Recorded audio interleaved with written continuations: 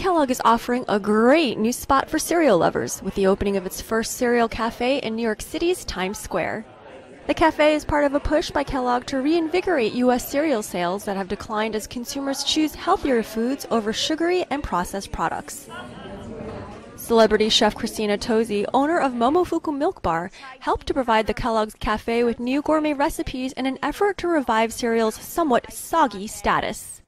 It's not about creating this high-end, fancy environment here at Kellogg's NYC. It's about still creating and honing in on that warmth and nostalgia that you know and love from a bowl of cereal.